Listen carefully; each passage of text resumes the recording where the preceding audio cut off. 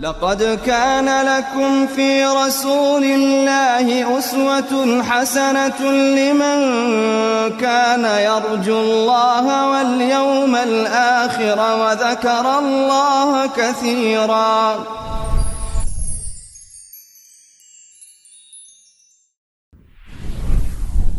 بسم الله الرحمن الرحيم. الحمد لله والصلاة والسلام على رسول الله. اللهم افتح لنا أبواب رحمتك وألحقنا بالصالحين. اللهم علمنا ما ينفعنا وانفعنا بما علمتنا وزدنا علما وفهما في الدين. اللهم اغفر لنا ولوالدينا وللمؤمنين يوم يقوم الحساب. خۆشەویستان لە بەرنامەیەک نوێ بەرنامەی پێشەنگبوون کە ئەم بەرنامەیە 46مین بەرنامەیە لە بەرنامەی پێشەنگبوون. بەرنامەکەمان تایبەتە بەوەی چۆن دەتوانین پێشەنگبوویەکی چاک دروست بکەین،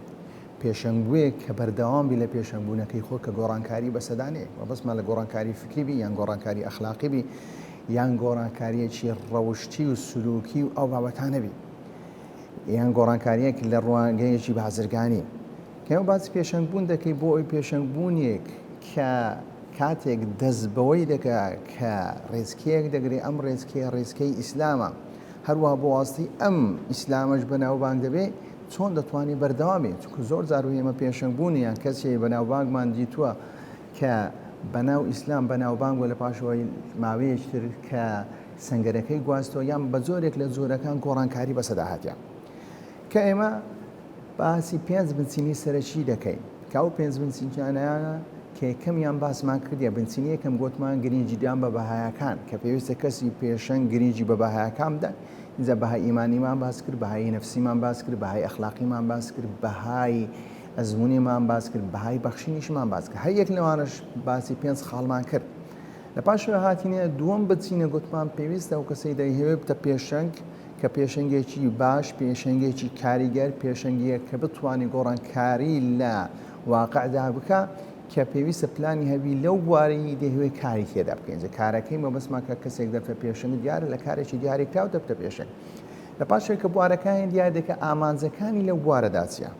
ئایا بۆچە ئەو بواری هەربژاد و ئامانجەکانی چییە؟ چونکە ئینسان دەبی ئامانجی هەبێ. لە پاشەوەی پلەبەندی لە ئامانجەکان حتمما ئەو ئامانجانەی کە ئەتۆ گرتەبەردەی پلەبەندیت هەبی لە کارکردن چ شتێک لە شتێک پێویسترە.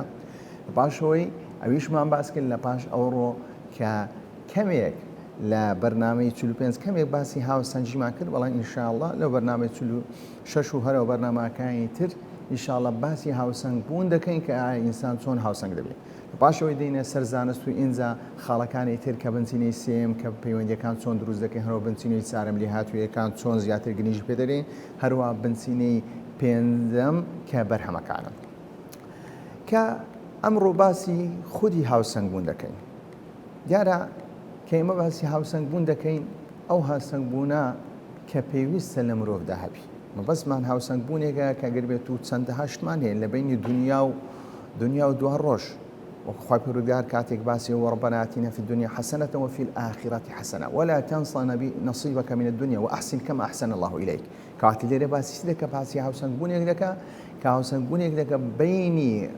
بڕوابوونێک کە ئەو بڕوابوونە کە بڕوابوونێکی داهاتووە کە ڕۆژی دوایە، هەروەها کە ئەو هاوسەنگبوونش لەگەر ئەو بەرژەوەندیانێکی ئێستا کە لەبەر دەستە و کە لە دنیایدا چۆن دەتوانی مقارنە بکەیت. دیارە لێرە مەبەستمان لەو هاوسەنگبوونە کە هاوسەنگبوون لە نێوان چوار پێک هاتە. کاتێک ئینسان فی ئەنفوسیکم ئەفەلا تبصرون، کاتێک ئینسان کە زۆر جار نەفس لە قورئاندا بەمانای ڕوح هاتیە،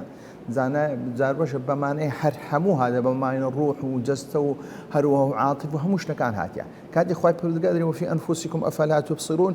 هەمووی کولی دەگرتەوە، کولی دەگرتەوە، هەم لە جانبی عەقلی دەگرتەوە کە ئینسان پێویستە وفی ئەنفوسیکم ئەفەلا تبصرون، یعنی وەکو پێکهاتەیەکی گشتی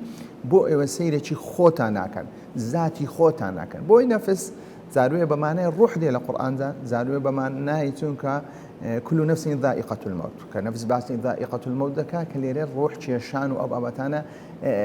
دەگرێتەوە. بۆیە نەفس هەندێک جار لە قورئاندا بەمانای ڕوح دێ، هەندێک جاریش بەمانای شتێکی گشتی دێ کە ڕوح دەگرێتەوە، عەقلیش دەگرێتەوە، هەروە عاتفەش دەگرێتەوە، هەروە جەسەدیش دەگرێتەوە. ئەوەی بەبەسمان لێرەیە کە چۆن دەتوانی هاوسەنگ بوون بکەی. کاتێک گوتمەوە فی ئەنفوسیکم ئەفەلا تبصرون کە چوار ئینسان چوار پێکهاتە هەیە کە پێکهاتەیەکی عەقلیە كعقلية كشتيشي معنوية هروا لباشوي كروح هروها جسد هروها العاطفة كصوص إنسان أو سوار بيك هاتا كدي زولني هل يك لوانش كهندي شتي إنسان جانبي هندي قوار كاتك سلوكياتي هندي سلوكي كذا كسلوك كان عقلانية هندي سلوكي هي سلوكي إنسان الروحاني هندي سلوكي هي سلوكي شيء عاطفي هندي سلوكي هي وكل سلوكي شيء اعتباري جسدي چۆن دەتوانین ئێمە هاوسەنجی دروست بکەین لە بینی ئەم چار پێک هاتانە بۆی بتوانین پێشەنگێکی دروست بێ چونکە زاروێ ئەگەر بێت و پێشەنگ فەرامۆشی جانبی ڕوحی بکە تەنها جانبی جەستەیی گرنگی پێ بدە لەوانەیە زۆر بە ئاسانی ئەو زۆرە پێشەنگە فریو بدرێ هەروە زۆر لە پێشەنگە بتوانێت گومڕا بکرێەوە لەسەر ڕێڕەوی خۆی لەسەر ڕێزکەی خۆی لا بدرێت بۆ ئێمە هەر یەک لەو پێشەنگبوونانە کە پێویستی بە چییە بتوانین بەڕاستی گرنگجدان چۆن دەتوانین گرنگجی بەم چار پێک هاتە بدەین چۆن پێویستە هاوسەنجی لە نێوانیان بپارێزین کاتێ پێویستەکانی لاشە زاڵ بێت بەسەر ڕوحسی بەسەردێ یان ڕوح بەسەر لاشە زاڵبیچی بەسەردێ هەر کاتێ پێویستەکانی عقل بەسەر عاتفە چونکە ئێمە دوو جانبە عقلمان هەیە عاتیفەمان هەیە هەروەها ڕوحیمان هەیە لاشەیمان هەیە کەوانە دەبی ئەو هاوسەنجیە بپارێزی کە ئەوەی کە ئەمە دەمانەوە پێشەنگبوویەکی هاوسەنگ دروست بکەین پێشەنگ دەبێت وەکو مرۆڤ بیر بکاتەوە کە لەم پێک هاتەنە پێکاکە حتى خوای پەروەردگار کاتێک باسی پێغەمبەر صلی الله علیه وسلم دەکا ئینەما ئەنتە بەشەر تۆش وەکو وانەتی بەشەرێکی کەواتە لەو پێک هاتانەی کە خوای پەروەردگار دروستی کردیە محەممەد صلی الله علیه وسلمیش دروست کردی ئینجا پێشەنگ واتێنەکە کە کاتێک جمهورێکی لە دەوریە و هەروە خەڵک مەدح و سەنای دەکە و خەڵک بەژوێی دەکا لە قالبی بەشەریەتی خۆی دەبچی هەر بە بەشەراتی دەمینێتەوە هەر بە بەشاراتی دەمین و ئەگەر بێت و لەو قالبەی خۆی دەرچوان ئەوە لەسەر ڕێڕە و ڕێزکەکەی خۆی لا دەدا ئیدعای شتێک دەکە ما ئەنزەڵ الله بها من سوڵطان بۆیە جاروەیە پرسیارێکی ئایا گەورەی خودی مرۆڤ لە چ بەدیار دەکەوێت ئایا لەوەی دەکەوی بەسەرکەوتنەکانی یان بۆی بەدیار دەکەوە پێش خەڵک کەوتووە نەخێر ئەمانە هەمووی لەوانەیە لە زاهیردا تو دەبینی کەسێکی زۆر سەرکەوتووە زۆر لە پێشەتوە بەڵام کاتێک تەماشای دەکەی لە جانبێک لە جانبەکانی ژیانە زۆر تێکەوتووە زۆر کێشەی هەیە کەواتە ئێمە دەڵێن مرۆڤی گەورەی مرۆڤ لەوەی بەدیار دەکەوێت بتوانێت توانای هاوسەنگبوونی هەبێت توانای هاوسەنگبوونی هەبێت لە بینی ئەو چوار پێک هاتەی کە باسمان کرد کە هاوسەنجەیەک دروست بکە ئەو هاوسەنجە دەتوانێت ئەو ئینسانە بە شێوەیەک لە شێوەکان لە پێشەنجی چاکبی هێڵێتەوە زۆر جاروێ دەبینین کە کەسێک ناو نازناوێکی بەدیار دەکەوێت دەنگێکی خۆشی هەیە سەرەتا قورئان لە بۆ خەڵک دەخوێنی لەپاش ئەوەی زۆر بە ئاسانی ئەگەر بێت و جانبی ڕۆحیەکەی بەهێز نەبی بەسمان جانبی ئیمانیەکەی بەهێز نەبی زۆر تەنها گرنگی بە جانبی جەستەی بدە لەوانەیە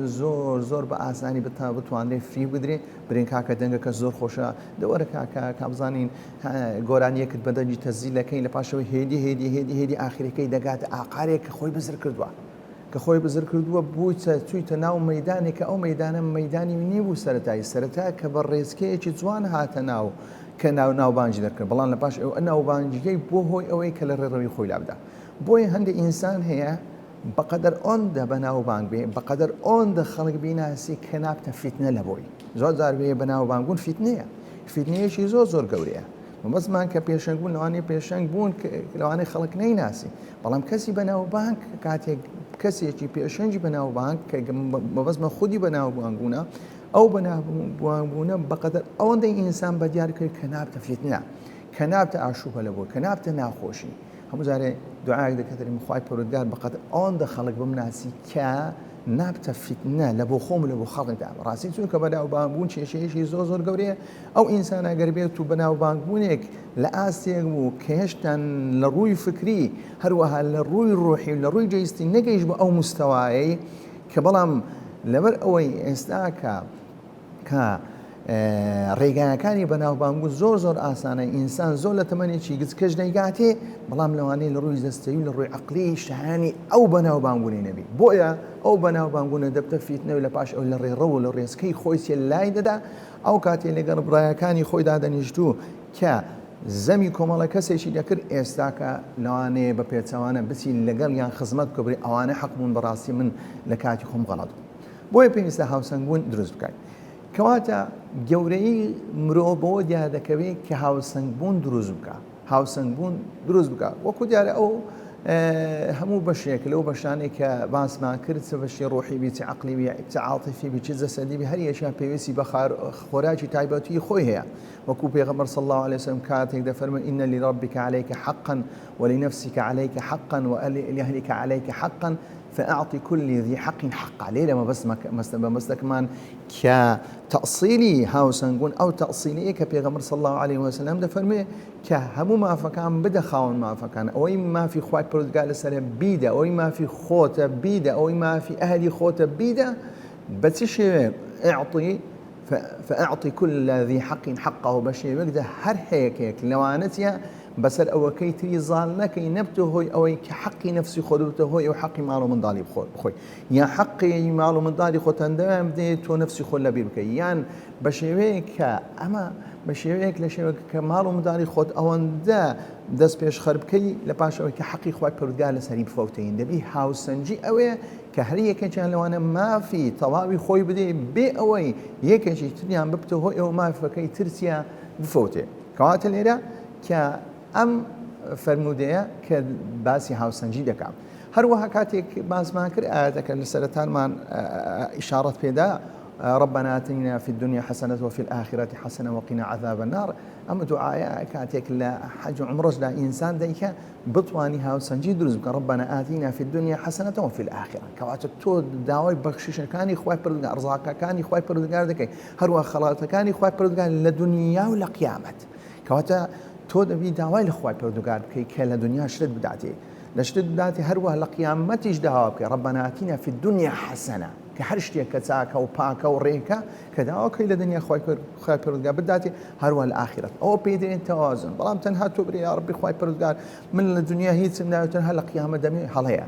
هەروەها برێ خوای پەروەردگار من لە دنیا هەموو شتێکم دە قیامەت چێ دەڵێ هەر بڕوام بە قیامەت نییە، بەو شێوەیە مخاتەبەی خوای پەروەردگار ئەوە ئەمە دەستە بابەتی کوفری هەم کە ئەتوو لێرە کوفرانەی کە نیعمەتەکانی خوای پەروەردگار دەکەی. کەواتە لێ دەبی تەوازن دروست بکەی. وابتغي فيما آتاك الله دار الآخرة، وابتغي فيما آتاك الله دار الآخرة ولا تنسى نصيبك في الدنيا. بەو شێوەی مقارنە بکەی. کە بە هەمان شێوە حەدیثەی کە باسمان کرد کە ئەوسەی کە سەجدێ کە لە بەرنامەی 45مان باس کرد. یەکەم شت کە ئێمە دەینە سەری جانبی ڕوحیە. جانبی ڕوحی دەبێ ئینسان بەڕاستی گرنگێکی تەواوی پێ بدە. وەکو دیارە ڕوح گەورەترین مەخلوقی خوای پەروەردگارە کە نهێنیەکە لە نهێنیەکانی خوای پەروەردگار کاتێکی يسألونك عن الروح قل الروح من أمر ربي. كواتە جواب کە کاتێک کەسێک گەر بێت و لە ماهیەت و لە حەقیقەتی ڕوح بپرسی تەنها ئەوەندەیە يسألونك قل الروح من أمر ربي. ڕوح مەسەلەیەکە لەو مەسەلانەی کە پەیوەستە بە فەرمانی خوای پەروەردگار، بۆی نهێنیەکە لە نهێنیەکانی ژیان، کە نهێنیەکە لە نهێنیەکانی ژیان. ڕوح فەرمانی الله تبارك وتعالى وەکو دەرێ ئەمری خوای بکەمە. بەس لە ڕوح واتە گرنگجیدان بە جانبی ئیمانی. کاتێک ئێمە دەرێن کە پێویستە ئەو پێک هاتە ڕوحیەیە کە ئینسان هەیتی بەبەسمان جانبی ئیمانیە کە چونکە ڕوح چۆن جەستە ئینسان خۆش دەبی، چۆن عەقلی ئینسان خۆش دەبی، چۆن لە سۆز و خۆشەویستی داروێ ڕووی دەرونی تووشین خۆش دەبی، بە هەمان شێوە ڕوحی ئینسانیش کە ڕوحێکە تووشین خۆشی دەبی کە دەوێت ڕوحێکی پاکە و ڕوحێکی پیسە کە ئەو ڕوحیانی سێ بە شێوەیەک لە شێوەکان بەو شێوەیە کە لە فیتڕەتی خۆی لادایە، لە سروشتی خۆی لادایە. بۆیە مەبەستمان لە گرنگیدان بە ڕوح مەبەستمان گرنگیدان بە جانبی ئیمانیە. بۆیە پێویستە ئینسانی مرۆڤ ئینسانی پێشەنگدا کە گرنگجێتی تەواو بە جانبی ڕوحی بدا. وەکو کاتی خوای پەروەردگار باسی الحج أشهر معلومات فمن فرض فيهن الحج فلا رفث ولا فسوق ولا جدال في الحج وما تفعل من خير يعلمه الله وتزودوا فإن خير الزاد التقوى. کاتێک باسی تەزەود دەکا کە پێشوو هەروەها خۆراک دەکا، باشترین خۆراک ئەو خۆراکەیە کە خۆراقی تەقوایە. کە دیارە خۆراقی تەقوا لە بۆ شتێکە کە پێی دەڵێن جانبی ڕوحی کە تاکو ڕوحی ئینسان بەهێزبی، ئەو جانبی ڕوحیە کە بەهێز بوو بۆیە لە بەسەر شتەکانی تر زۆر بە ئاسانی دەتوانی زاڵبی. لە بەرنامەکانی تریشدا باسمان کرد کە بەهای ئیمانی ئەو بەهای ئیمانیانە کە 5 خاڵ لەگەتەوە بە هەمان شێوە بەها ئیمانیانە دەبتە هۆی ئەوەی کە ئینسان بتوانی گرنگجی تەواو بە ڕوح بدات. بۆیە هۆکارانەی دەبنە هۆی ئەوەی کە ئێمە گرنگجی بە ڕوح بدەی پەرستن کە نێزک بوونەوە لە خوای پەروەردگار کاتێک ئینسان کە کاتێک خەریک کارێکی عملیان کارێکی بانگەوازیان کارێکی کارژێری ئیداریان کارێکی سیاسیان کارێکی بازرگانیە ئەگەر بێت و لەگە ئەو کارە زۆر تێکەڵبی ئەمە کارێکی یعنی مادی و جسمیە بەڵام جەسەدیە بەڵام ئەگەر بێت و جانبی ڕوحیەکەیدا بەسەردازان نەبینەوەی بازرگانێکی خراپی لێ دەچی لەوانەیە سیاسێکی خراپی لێ دەچی لە هەمان کاتیش لەوانە بانخوازێکی خراپی لێ دەچی بۆیە لە کاتێکی بەدیان دەکەوێت لە ململانەی فکری ئەگەر بێت و کەسێک ململانەی فکری لەگەر کەسی بەرامبەر کرد کە مولحیدەکان کرد و هەڕۆکە نەناسەکان کرد بە شێوەیەک لە شێوەیەک ئەگەر بێت و جانبی ڕۆحی بەهێز نەبی هەروەها جانبی ئیمانی بەهێز نەبی لەوانەیە خەلەل بیگری تووشی ساربوونەوەیەک یان زاربەیە تووشی کە گومان دەبی لەو عەقیدە و لە بیر و باوەڕێ هاتە بەڵام ئەگەر بێت و جانبی ئیمانەکەی بەهێز و زانی پرستنەکەی بەهێز بوو ئەمە بە شێوەیەک لە شێوەکان چیە کە خوای پەروەردگاریش حتا کاتێک باسی دەسەڵاتی ئینسان دەکا دەرێ دەسەڵاتی جن دەسەڵاتی بەسەر ئەو کەسانەی نییە کە ساڵیحن کە چاکن کە چاکەکارن مەبەستەکەی لێرە مەبەستەکەی عیبادەتە و هەروەها مەبەستێکی درگەوە مەبەستەکەی کە عەمەلێکە کە عەمەلێ دەکا کە دەستە بابەتی عیبادەت بۆیە کاتێک دەبینین پێشەنگ پێویستە بچی خەلوەت جار بەجار دابنیشی ئەو کەسە پێشەنگە خەلوەتێک لەگەر خۆی و لەگەر ذاتی خوای پەروەردگار بدوێ بزانی کەم و کوڕیەکانی لە چێن دەرا ئایا لە چێن دەرتێکەوتووە لە چێن دەر ئەفکارەکانی خۆی ساب کاتەوە بۆیە دەجێڕنەوە کە ابن قەیم ڕەحمەتی خوای لەسەر بێ ابن قەیم ڕەحمەتی خوای لەسەر بێ کە لە کتابی ئیعلام الموقعین باز دەکات دەرێ هەر کاتێک ئەگەر بێت و ابن تەیمیە ڕەحمەتی خوای لەسەر بێ کێشێشی هەبا یان پرسیارێکی ئەو پرسیارەی بۆ حەل نەکرابە ڕاستەخۆ دەچوو بە تەنیا دادەنیشت و دەچووە خەلوەت لەو کاتەی دەیگوت معلم إبراهيم علمني يا معلم إبراهيم فهمني يا معلم إبراهيم علمني يا مفهم سليمان فهمني كوكات اللي الدعاء ذكر أي معلمي إبراهيم علمني يا مفهم سليمان فهمني كوكات اللي دسوا خلوت هروها كدجرت هذه غدوتي كاتك كابن تيمية كباز دكان كبيانيان ندن نستو حتى أو سيز قرآني كداين أبوه كذي خوند كقرآني يعني لسه روجان قرآني ختم ذكر يعني كاتك دميني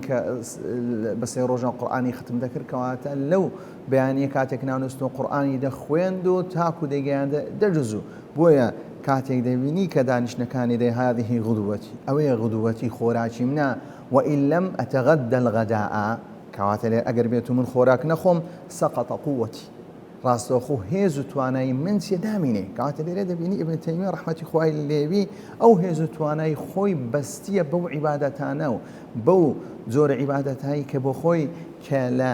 حادیث و هەر فەرمودەکانی پێغەمبەر صلی الله عليه وسلم دەری نابوو بۆیە کە ئێمە باسی جانبی پەرستن دەکەین کە جانبی پەرستن جانبێکی زۆر بەهێزە ئینجا و پەرستانە بە هەموو شێوەکانی پێویستە کەسی پێشەنگ گرنگی پێودا گەرنیش پێبدا ئینجا لە ئەزکارەکان دەگرتەوە هەروەها لە پەرستنە مابرین لە نوێژ و هەروەها و سیام و ئەو بابەتان دەگرتەوە ئینجا هەر ئینسانێک توانای خوای پەروەردگار توانایەکی دایتی هەیە لە ڕووی شەو نوێژ زۆر بەهێزە هەیە لە ڕووی بە ڕۆژی بوون زۆر بەهێزە هەیە لە ڕووی هینانەوەی عومرە زۆر بەهێزە هەیە لە ڕووی چاکەکاری و هەروە یارمەتیدان زۆر بەهێزە تۆ بتوانی پەرستنێک بکێت پێرستنێک بکێ ڕەمزی خۆت بۆ ئەوی بتوانی جانبی ئیمانی خۆت جانبی ڕوحی خۆت تێدا بەهێز بکەین چونکە ئەگەر بێت و جانبی ڕوحیت بەهێز بوو وەکو